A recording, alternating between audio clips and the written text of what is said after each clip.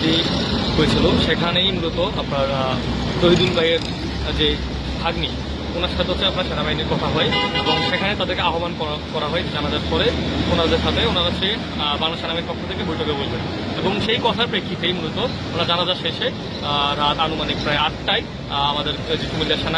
সেনাগ্রাম যেটা সমাজ সেবা কমপ্লেক্সে আছে সেখানে বৈঠকটা করা হয় এবং সেই বৈঠকে বাংলাদেশ সেনাবাহিনীর পক্ষে মুখপাত্র হিসেবে উপস্থিত ছিলেন ব্রিগেডিয়ার জেনারেল এনাম স্যার এবং এই ক্যাম্পেরই commanding officer lieutenant colonel Mahmudullah sir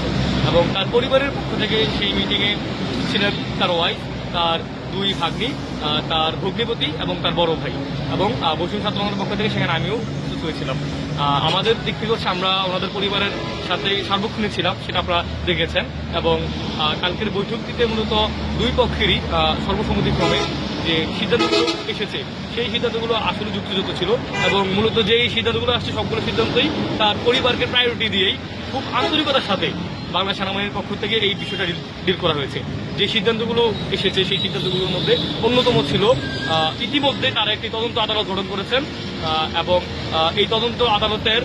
তদন্ত প্রক্রিয়া শেষেই দ্রুতই বিচার কার্য সম্পন্ন করা হবে এবং সেটা হচ্ছে দৃষ্টান্তমূলকই হবে। তারপর হচ্ছে আপনার